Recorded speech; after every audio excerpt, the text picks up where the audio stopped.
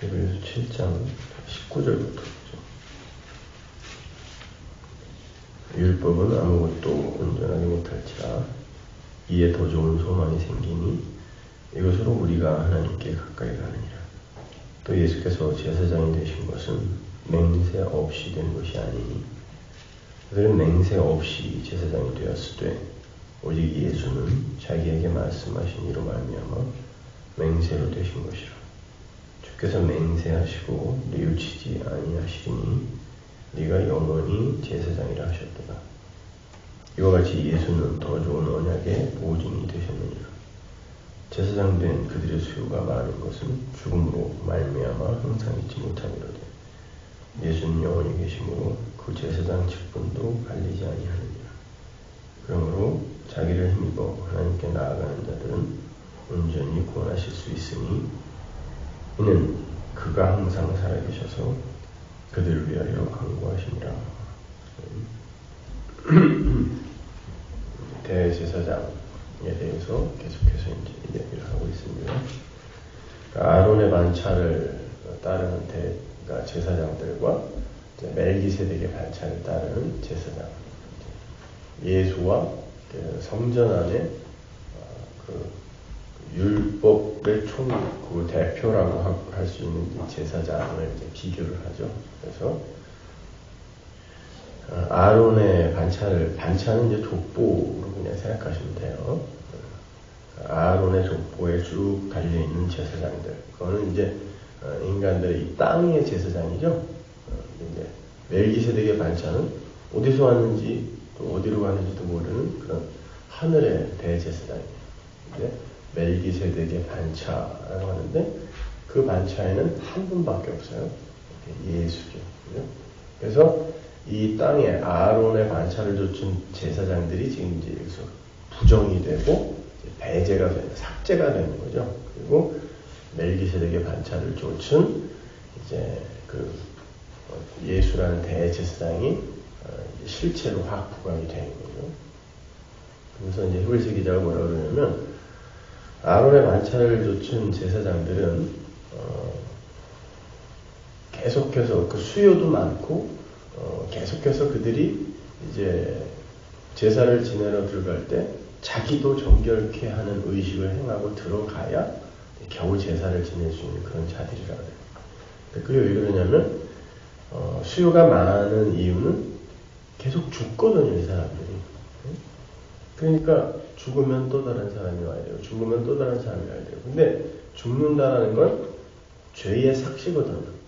그러니까 그들은 온전치 못한 자들이고 그들은 약점을 가진 자라 이렇게 이제 이야기를 해요. 여기에서 번역이 이렇게 썩 괜찮은 번역은 아니지만 그러면서 그들이 그렇게 자기들 하나도 온전치 못하고 약점을 가진 자들이 진짜 너희들의 죄를 어떻게 해결할 수가 있겠냐 하면서 이제 율법을 폭격하는 거죠.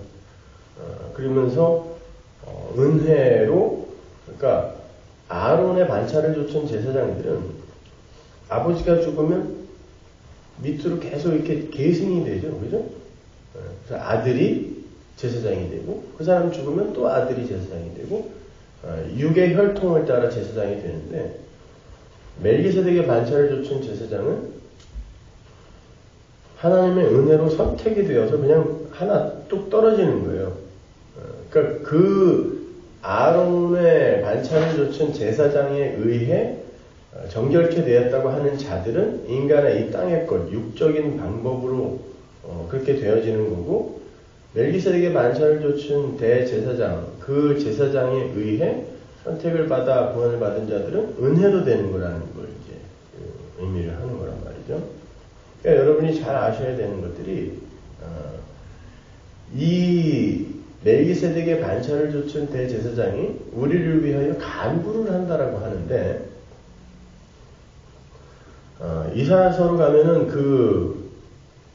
이 땅에 이제 고난받는 종으로 오시는 그분이 우리를 위하여 기도하시고 간구하신다 그러죠. 여러분 그게 무슨 말일까요? 간구를 한다? 기도한다? 얘네들이 혹시 중간에 실패할 수도 있으니까 하나님 이거 좀 잘 지켜줘야 되는 거 아닌가요? 뭐 이런 간구를 할까요? 뭐 어떤 간구를 할 것 같으세요? 한번 생각해 보세요. 성경을 읽을 때 항상 생각을 하면서 읽으라 그랬죠. 간구가 뭐예요?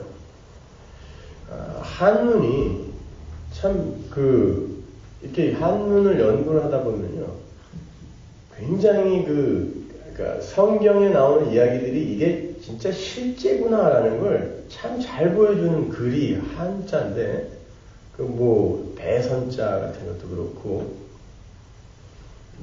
여러 그 글자를 잘 파악해보면 아주 재미나요. 성경에 있는 내용들이 그 안에 다 들어가 있어요. 간구라는 거는요, 방패간자에다 구할 구자죠, 그죠?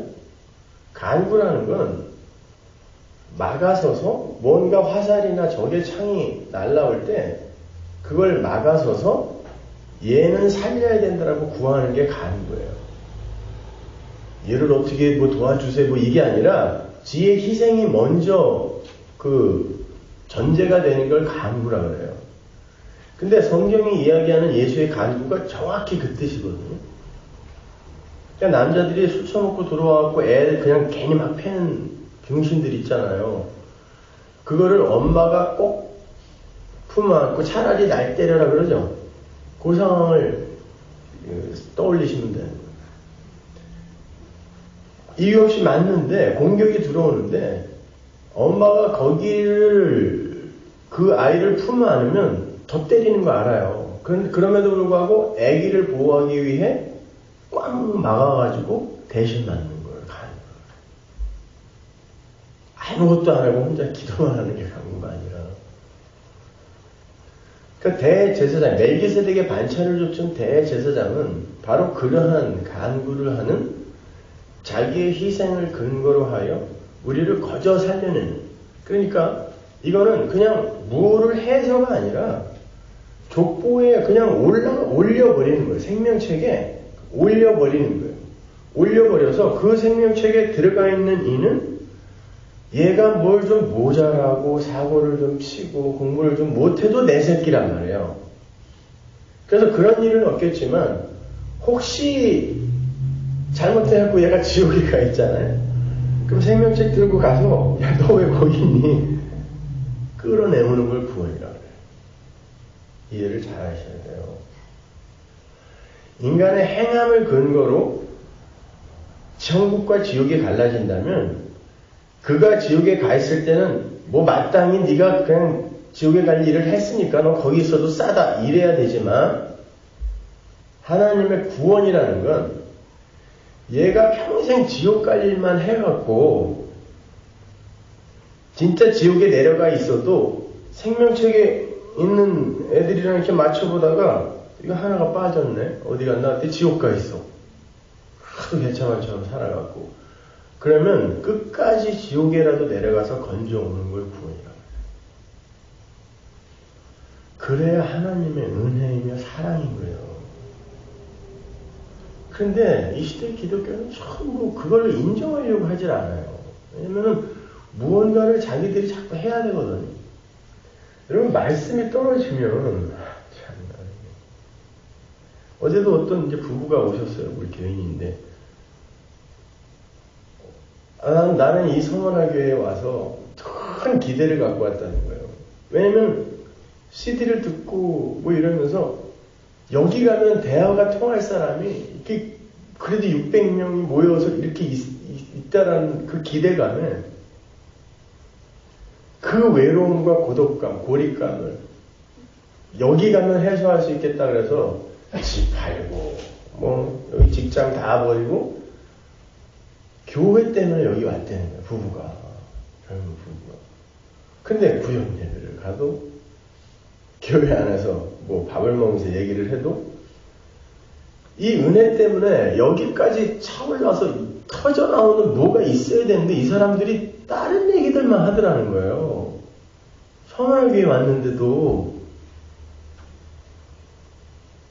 자기가 이게 너무 답답해갖고 나중에는 이게 분노가 일어나더라는 거죠. 그러면 이 사람들이 뭘 들은 거냐는 거예요. 맨 하는 얘기는 교회 운영이 어떻고 행정이 어떻고 뭐 누구는 사람 욕 뭐 이런 자기는 받은 은혜 말씀이 떨어졌을 때 자기는 그랬대요. 처음에 교회 설교를 듣고 와 나는 선악과를 하나 먹은 게 아니라 괴짝제로 처먹은 인간인가 보다 이런 생각이 들었대 자기는. 이 괴짝으로 먹지 않으면 어떻게 내가 이런 모습으로 여태까지 예수를 믿는다고 목회자의 딸로 목회자의 아들로 서로 결혼을 해서 이게 가능한가. 그래갖고 이게 너무 그런데 은혜가 하나님의 그 은혜가 자기를 그렇게 덮었다는 것 때문에 너무 감사해서 이야기를 하고 싶어서 왔는데 맨날 남 얘기나 하고 앉아가지고 딴 얘기나 하더라는 거예요. 그리고 옛날에 배운 것들 그대로 얘기하고 있더라는 거예요. 여기 오니까. 너무 외로워서 저랑 얘기하고 싶어서 온 거예요. 얘기하고 싶어서. 근데 얘기가 너무 잘 통해. 우리. 그냥 시간이 늦어서 약속 시간 늦게 나와가지고. 여러분 말씀이 떨어지면 아파야 돼요. 맞아요. 심지어 그분은 그랬다 그래요. 사사기 강의를 듣다가 이게 너무 아파갖고 왜냐면 이 사람이 우리 집에 도청장치를 해놨나? 아니면은 24시간 돌아가는 카메라를 내가 이렇게 설치해 놓은 것처럼 자기의 얘기를 하더라는 거죠. 그래서 중간에 너무 아파서 설교를 이렇게 꺼야 할 정도로 아팠다는 거죠. 목사님 조금만 쉬었다가 이렇게. 그 아픔이 이 교회 사람들한테는 없대라는 거예요. 그 사람이 보기에는.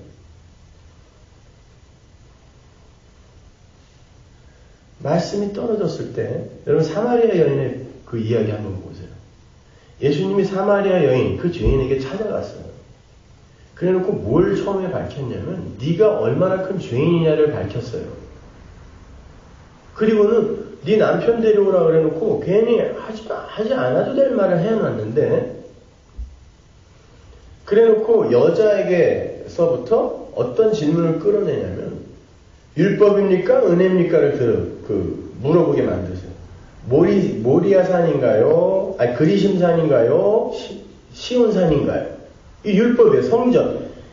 그리심산은 사마리아인들이 예배드리던 성전이고 제사드리던 시온산은 예루살렘은 유대인들 남유대 사람들이 예배드리던 성전이잖아요. 둘 다 성전이에요. 그리심산인가요? 성전인가요? 예루살렘인가요? 아니야. 신령과 진리야. 성령으로 이제는 너희들이 그 율법에 매여서 그 성전 안 가도 되고 너희들이 있는 곳이 성전이며 거기가 예배 장소라고 이야기하는 거예요. 그러니까 우리의 삶 자체가 예배예요. 여러분이 어느 집에 가서 지금 도둑질을 하고 있어도 그 자체가 예배예요. 그거를 이해를 하셔야 된다니까요. 내 안에 성령이 계신데 그걸 허락하셨을 때에는 그걸로 내 백성에게 뭔가 지금 교훈하고 있는 그 현장이기 때문에 그게 예배가 되는 거예요. 여러분이 뭘 해서가 예배가 아니라니까요. 그랬더니 이 여자가 가서 뭐라고 전도를 했냐면 야 메시아가 오셨다. 뭐 그분이 우리를 구원 이게 아니었잖아요. 뭐라 그랬어요? 그가 내가 전에 한 일을 다 얘기하더라가 말씀 앞에 산 사람의 반응이어야 되는 거예요. 그러니까 말씀은 여러분이 누구인지를 이렇게 폭로시켜서 자각시키는 게 말씀이 하는 거란 말입니다. 그러니까 이 사마리아 여인이 딱 한마디 하는 거예요. 그가 내가 누군지를 알더라는 거예요. 근데 그 말씀이 여기서 매주 떨어지는데 이 교회 사람들이 그걸 모르더라는 거예요. 이 사람이 와서 하는 얘기. 그걸 아는데 어떻게 남 얘기를 하고 앉아있냐고요. 내가 지금 어떤 처지이며 이 이야기를 하면서 댁도 그렇죠. 이걸 확인하고 싶었는데 우리 교회는요. 서서 밥 먹고요. 비 오는데도 하고 맨 그런 거 말씀을요. 1시간 반을 설교를 듣고 있고요. 그게 뭐가 그렇게 대단한 거예요? 응? 전부 우리가 하고 있는 무언가를 자랑 삼아 나는 선언의 교회입니다. 이 얘기를 하고 있더라는 거예요. 근데 그러면 이 사람들이 과연 매주 떨어지는 그 설교를 이해하고 있는 것인가? 자기는 아니라는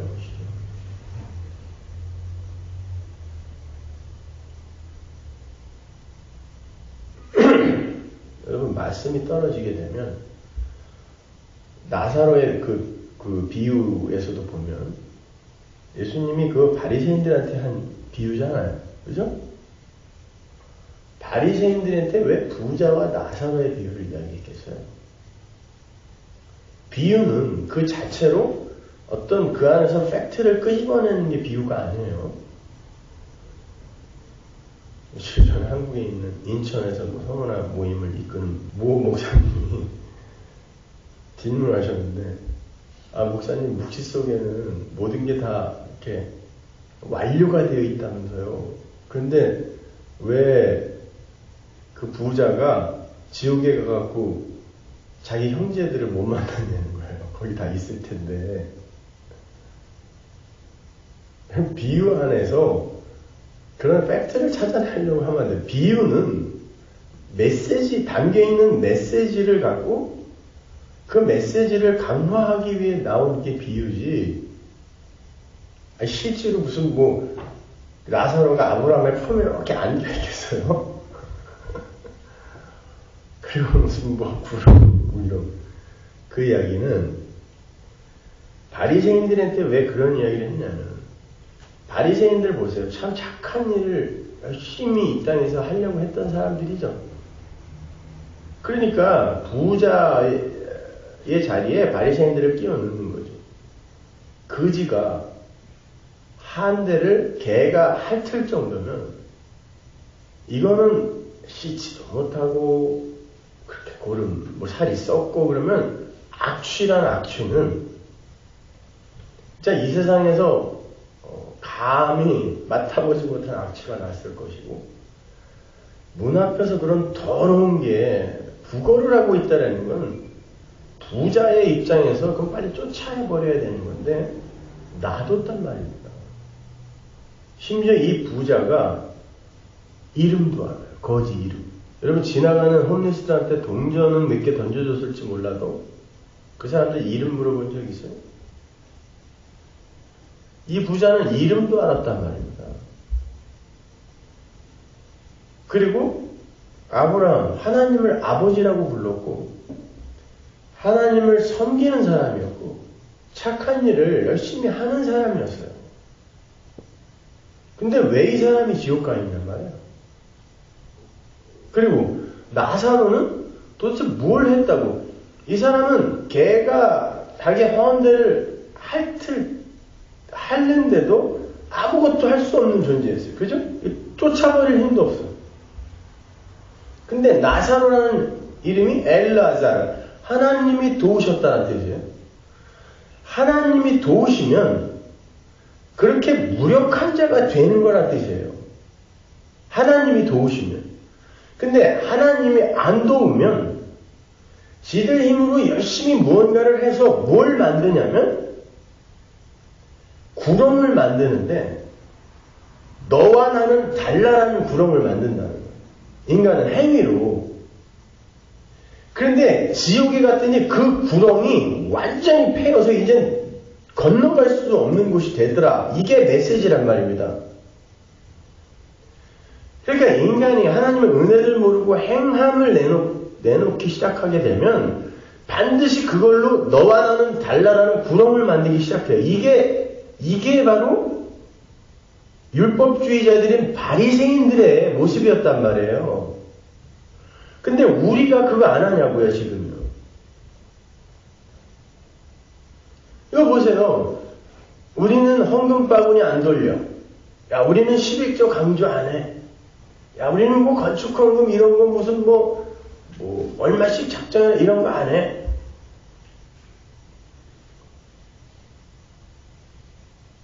야, 우리는 밖에서 그렇게 막 비가 와도 불평 한마디 안 하고 그냥 서서 다 밥 먹어. 그럼 딴 사람들은 그래서 너희들보다 우리가 나 이거죠. 이걸 구렁이라고 해요. 이게 부자라니까요. 이게 율법주의란 말입니다. 설사 그게 옳은 일이라 할지라도 하나님이 그렇게 우리에게 그런 상황을 허락하셨으니까 우리는 이렇게 할 수 있는 거지로 가야 되는데, 그리고 언제 뒤집어 엎으면 또 마귀 새끼 된단 말이에요. 우리는요. 주변에서 보잖아요. 아니 세상에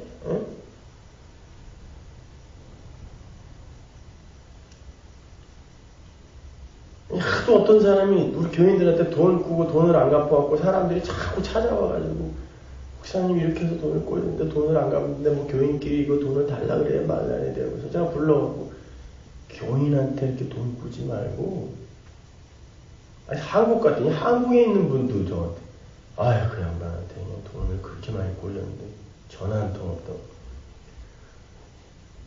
교인한테 돈 꾸지 말고 정 진짜 생계의 위협이 오면 교회에 이야기해라. 그럼 교회에서 구제비로 어떻게 도울 거 아니냐 했더니 갑자기 교회를 나가서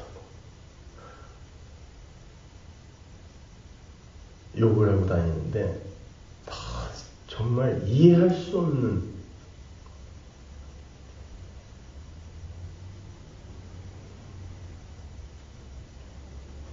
인간이라는 존재에 대해서 여러분 진짜 알면 알수록 사람이 무섭지 않아요? 난 뭐 쥐, 뱀, 바퀴벌레 이런 게 뭐 더럽고 무섭다고 하는데 난 사람 옆에 갖다 놓으면 너무 아름다워. 그게 뱀도 사랑스러워.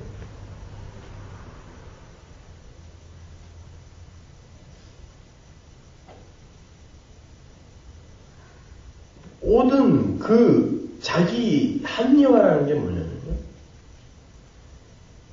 자기의 이 자존심을 지키고 자기의 죄책감을 없애기 위해서 자기가 한 일에 대해서 이걸 정당하다고 입증을 하려고 하는데, 인간들이 그게 안 되니까 다른 사람을 자기보다 더 못난 사람으로 만들어서 자기는 그나마 자기를 야단친 그 사람보다는 낫다는 걸 어떻게든지 증명해서 내가 한 일이 정당하고 죄책감을 안 가져도 될 거라고 스스로 불쌍해요. 아주. 근데 불쌍한데 용서는 안 돼. 이제는 못 참겠어요. 이걸 법으로 어떻게 하는 방법이 없나? 뭐 이런, 법으로 안 되면 진짜 한번 불러 애들을, 막 이런 생각이. 응?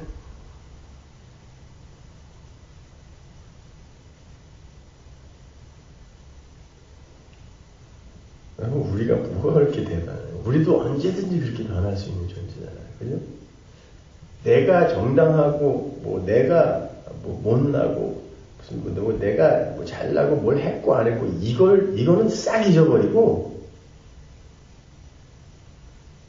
어떻게 해서든지 나라는 이 존재의 이 군주됨을 잃지 않으려고 무슨 일이든 버릴 수 있는 게 인간이에요. 근데 죽을 때까지. 하나님이 이렇게 은혜를 설교하게 하기 위해서 은혜를 받지 않으면 진짜 이건 말미잘보다도 못한 게 인간이다를 보여주기 위해 저에게 그런 시간들을 허락하시는 것 같은데, 달게 받으며 가야죠. 그런데 너무 아픈 거죠. 사람들이 싫어지고 미워진다라는 게, 여러분 그러면은 세상 살 맛이 없어요. 더불어 살아야 하는 사람이 신뢰가 안 가면 사람이 세상을 살 맛이 없다니까요. 이리 봐도 좀비고 저리 봐도 좀비인데 그 세상을 어떻게 살아요? 그리고는 또 그거를 이 세상은 이렇습니다라고 여기서 설교를 해야 되는 이 운명이 도대체 뭐냐고, 이게. 와인이. 지리산으로 갈 거예요. 반드시. 미쳤어요. 이걸 죽을 때까지 하고 있기.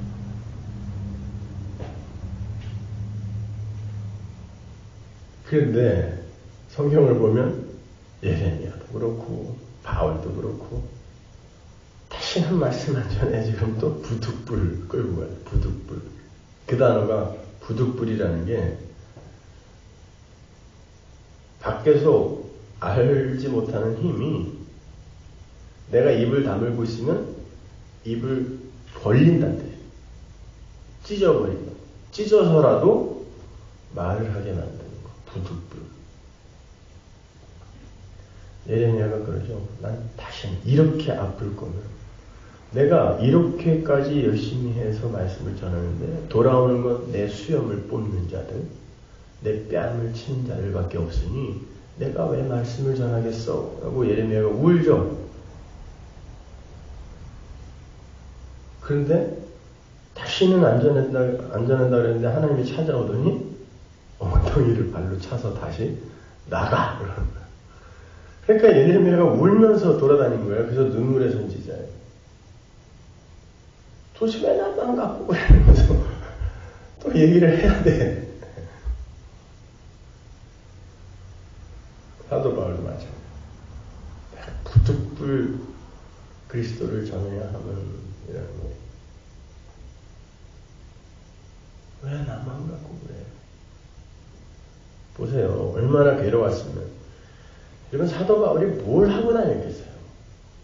말씀만 전했어요. 구원받고 담에색에서부터 하나님이 보내시는 대로 계속 다니면서 자기가 개척한 교회에서 계속 쫓겨나 가짜라고 욕먹고 근데 계속 복음을 전하며 다녔는데 내가 하는 일은 하나님을 끌고 다니면서 하는 일이고 나에게 자각되는 건 너는 그러면서도 여전히 이렇게 죄인이냐? 라는 죄인 중에 괴수라는 자각이에요.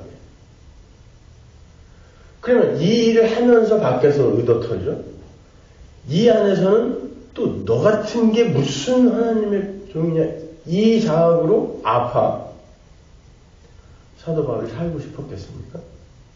그래서 몇 번이나 그러죠. 내 소원은 빨리 예수 옆에 가는 거야. 죽고 싶다는 얘기예요. 죽고 싶다. 항상 기뻐하라는 건 이런 상황에도 불구하고 야 어떻게 내가 구원을 받았지? 이걸로 진짜 항상 기쁘세요? 그럼 미친 거예요. 상황과 현실이라는 게 있는데 뭘 항상 기뻐요? 그래도 쟤보다는 한 20% 더 기쁜 것 같은데? 그걸 기쁨이라 그래요? 진짜 기쁨이라는 건 지속이 돼야 기쁨인 거예요. 20분 기쁘다가 30분째 우울해지면 기쁨 아니라니까요, 그거? 그러면 항상 기뻐하라는 게 뭐냐고요? 내가 관계하는 대상이 예수일 때만 기쁜 거예요. 내가 관계하는 대상이 이 세상의 어떤 제한된 울타리 속에 들어있는 한계가 있는 존재일 땐 그 존재가 나한테 어떻게 하느냐에 따라 내 감정이 기복이 생겨요. 은성이가 저를 늘 칭찬하고 그러면 기쁘고 아유 이렇게 이뻐. 어느 날 내가 나를 욕하면 그래도 기뻐요? 대상이 이 제한적인 존재일 때는 그 기쁨은 기쁨이 진짜 기쁨이 아닌 거예요. 항상 기뻐하라는 건 니들은 이 땅의 것과 관계하며 살지 말아란 뜻이지 예수는 변하지 않잖아요. 그러니까 늘 나에게 기쁨을 줄 수 있는 분이다라는 얘기지 뭘 해도 기쁘란 뜻이 아니야. 그건 자기 최면이라 그러는 거예요.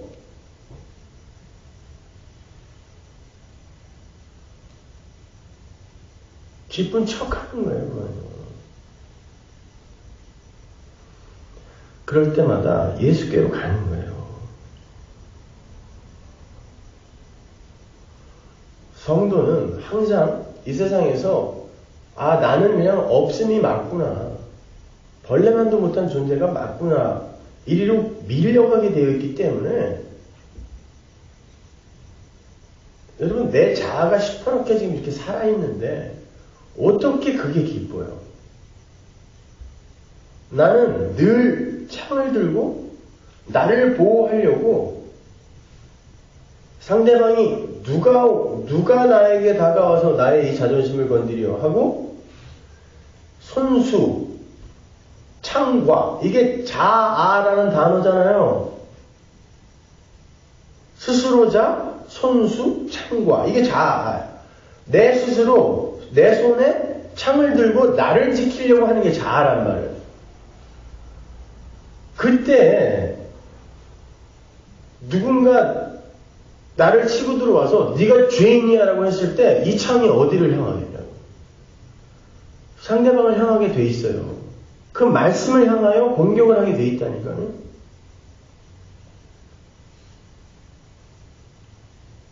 그런데 말씀이 우리를 밀고 들어와서 그렇게 죽여간단 말이에요. 내 창을 뺐더니 무장 해제를 시키는 거예요. 그래서 성경에 정사와 권세와 뭐 이런 걸 벗어버려. 이게 disarmed라는 뜻이에요. 그 단어의 정확한 의미가. disarmed라는 건 무장 해제라는 뜻이라는 거. 내 손에서 창을 뺏어가는 게 하나님의 말씀이 하시는 일이란 말이에요. 그래서 성도의 죽음을 하나님이 기쁘게 보신다는 게 뭐냐면 여러분이 죽다가 진짜 아무것도 하지 못할 때가 언제예요? 여러분의 몸뚱아리가 죽을 때예요. 거기가 성화의 완료 지점이란 말입니다. 그러니까 여러분의 몸뚱아리가 숨을 거두고 죽으면 이제는 내 힘으로 할 수 있는 게 아무것도 없죠. 그때 실체를 만나는 거예요. 그게 진짜 내 묵시 속에 완료된 실체를 만나는 그 때이기 때문에 하나님이 아이고 마침내 죽었네. 그래서 하나님이 기쁘게 보신다는 거란 말입니다. 그렇다면 우리의 인생은 점점 죽어가는 게 맞는 거잖아요. 하나님이 그걸 기쁘게 보신다면 그 죽음의 문을 열고 마침내 죽었네 해야 하나님이 부을 거 아니에요. 하나님의 것을 그때 부을 거 아닙니까? 근데 다 살겠다고 하는 거 아니에요, 지금. 나는 뭔가 할 수 있다.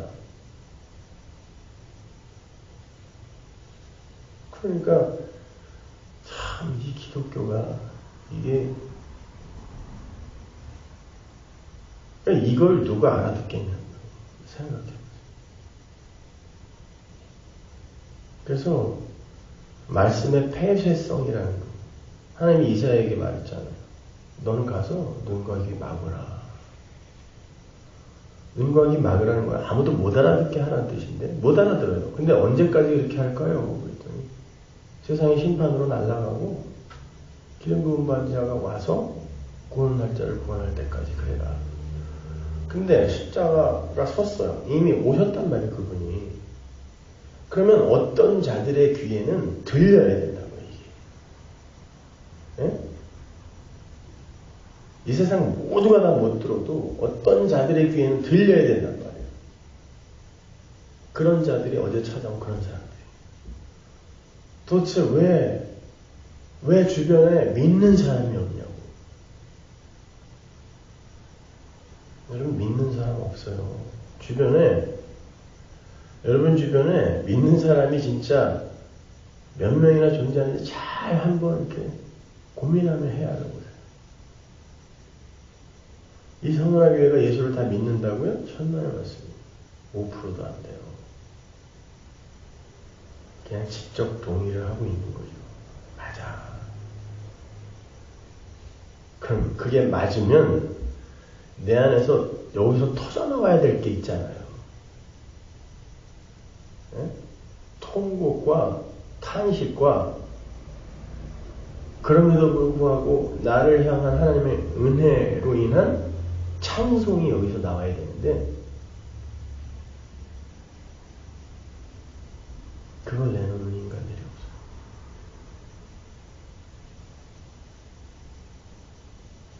여러분 성경을 한번 잘 보세요.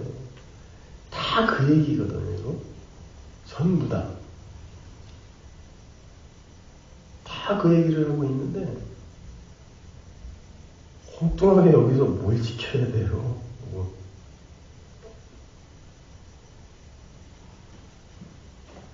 진짜 복이라는 건, 여러분, 아브라함이 하나님이 찾아와서 복 주기 전에 더 잘 살고 있었어요. 우상 만들어서 팔아먹으면서 수세식 화장실 쓰면서 살고 있었다니까요. 4,000년 전에. 근데 하나님이 무슨 복을 달라고 그러지도 않았는데 찾아오더니 내가 너한테 복 줄게, 복의 근원을 삼아 그러더니 완전히 아니 수세식 화장실 쓰던 사람을 광야로 데리고 나가서 삽으로 파서 화장실을 가게 만들질 않나.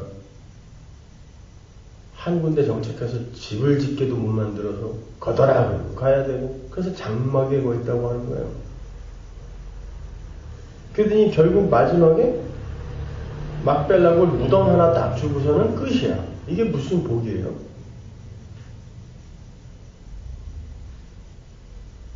이 땅에서 갖고 있는 걸 다 털어내는 게 복이에요.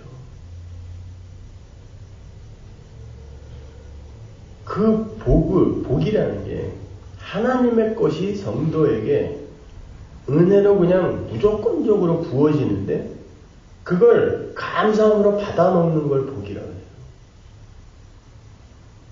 근데 내가 내 걸로 배부르면 절대로 그거 안 받아먹어요. 자존심 상해서. 홈리스들 계란이나 빵 나눠주러 가면요. 진짜 배고픈 사람들은 달라요. 근데 뭐 어저께 수입이 좀 좋아가지고 뭐 맥주 한 잔에 이렇게 식사 함께 하신 분들은 와서 골라 이렇게. 단팥빵 없나? 그지들도요. 그 복음이, 말씀이 진짜 내게 생명의 떡이 되기 위해선 여러분이 비워져야 돼요. 그게 심령이 가난한 자는 복이 있나니라니까요. 근데 이게 가난한 게 아니라 여기 차 있어. 꽉꽉. 내 걸로. 그러니까 그걸 안 먹는 거예요. 줘도.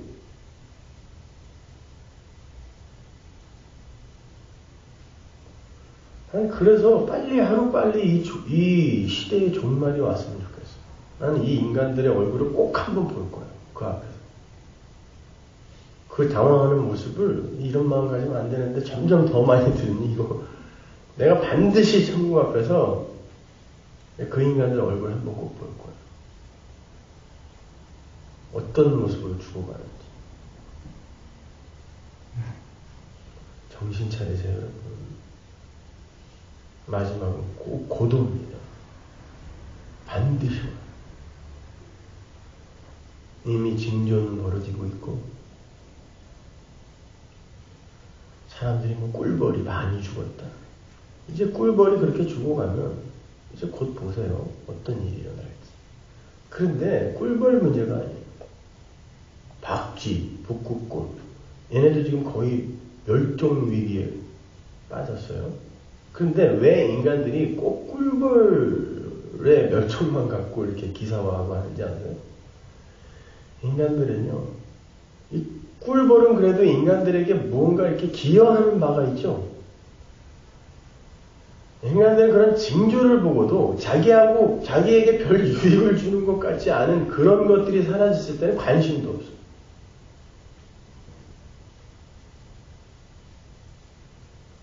그런 것들이 사라져서 우리에게 어떤 불이익이 올까를 따지기 전에 왜 그런 것들이 지금 사라지고 있는지를 보세요. 하나님께서 지금 거두어드리고 있는 중이에요. 여러분. 역사를 거두고 있는 중이란 말이에요. 그러면 여전히 나야 나. 독사 같은 인간이죠. 여러분 예수를 믿으십시오. 예수만을 의지하세요. 그분의 십자가 보혈 그거 없으면 나 죽는다라는 이 절박감 없으면 무릎 꿇고 통곡을 하세요.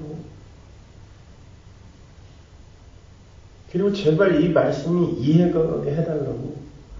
하나님 앞에 어떻게 그런 애절함과 간절함이 안 나타날 수 있어요? 진짜 생명이 뭔지를 아는 사람이라면. 네? 아니 우리 금요일날 같은 날도 그냥 와도 돼요가 아니라 당장 이거 안 먹으면 배고파 죽겠는데 와도 돼요가 뭐예요? 그냥 밀고 들어가서 밥 줘 그래야지. 뭘 물어봐요 그런 거를?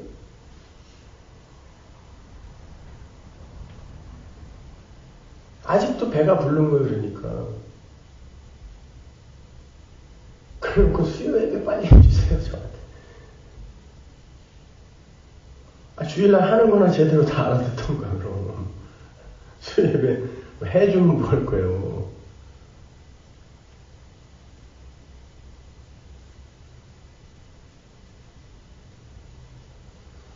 여러분 이렇게 아침에 그냥 새벽에 나와서 잠깐 예배드리면 오늘 내가 할 거 다 했다 하시면 안 돼요. 하루 종일 나의 그 신앙이 진짜 과연 올바른가에 대해서 고민하시고 애씀이 있어야 되지 않을까 우리한테.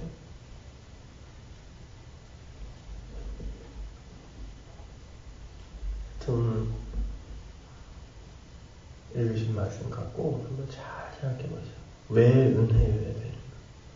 왜 아론의 반차 율법은 기각돼야 되고 왜 멜기세덱의 반차 도대체 이해도 할 수 없고 알 수도 없는 그분에게 거저 뭔가를 받아야 되는 왜 내가 그런 존재인가? 왜 하나님은 땅을 흙을 저주해 놓고 우리를 이 땅에 흙으로 이렇게 놔두시는가? 도대체 뭐를 배우고 오라는 건가? 그리고 이 땅, 저주받은 땅에서 이 땅으로 흙으로 만들어낸 걸 과연 하나님이 받으실 것인가? 흙이니 흙으로 돌아가라라는 이 흙에서 만들어낸 성숙을 하나님이 받을 것인가? 고민해 보시죠. 아무것도 하지 말라는 게 아니라 하나님이 여러분 안에서 만들어내시는 그 감사, 하나님의 긍휼을 부어 그 긍휼이 밖으로 나올 때는 감사로 터져 나오게 되잖아요. 그런 거. 그거는 내가 감사로 한 거기 때문에 내 거가 아니잖아요. 그런 것들은 얼마든지 여러분에서 나와야 돼요. 나온다고. 감사가 왜 안 나와요? 좋아 죽겠는데. 감사해요. 그럼에도 불구하고 되지 않는 나를 보면서 또 하나님께 감사. 이 찬송만 여러분이 갖고 올라가는 거예요. 하는 나라에. 이 찬송만. 그게 연속성이에요. 나머지는 다 태우고 다 버리고 가는 거란 말입니다. 찬송만 가져가는 거예요. 그래서 하나님이 너희를 내가 찬송이 되게 하려고 한다라고 한 거란 말입니다. 근데 이 찬송이 없어요. 여기서 뭘 해서 또 많이 배워서 성경을 열심히 연구해서 하나님 나라 올라가서 더 많이 뭘 상을 받아야지, 뭘 누려야지 있다고 생각합니다. 찬송하세요. 찬송이 진짜 나오냐고요. 감사가 나오세요? 응? 그럼에도 불구하고 나는 더 많은 걸 누려야지라는 이런 오만불손한 생각이 드시냐고 여러분 안에. 그냥 이렇게 구원해 준 것만으로도 저는 하나님이 어떤 취급을 하셔도 그냥 괜찮습니다. 이리로 갈 수밖에 없어요. 그걸 진짜 한다면. 기도하겠습니다. 하나님 은혜를 감사합니다. 아버지 하나님.